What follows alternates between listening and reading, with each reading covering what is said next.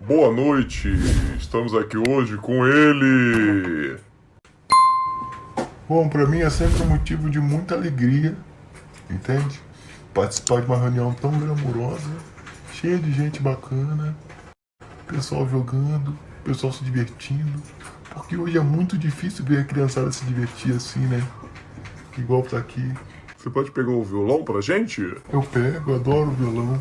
Eu toco violão desde que eu era muito moço. Então eu aprendi assim também. Ninguém me ensinou não. Eu aprendi na marra. Então toca uma pra gente.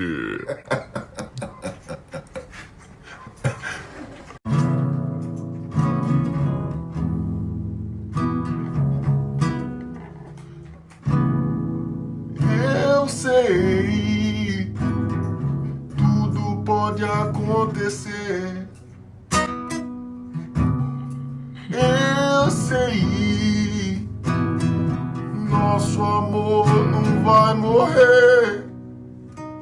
Vou pedir, isso é uma palhinha que eu dei ao céu. Uma salva de palmas para o local.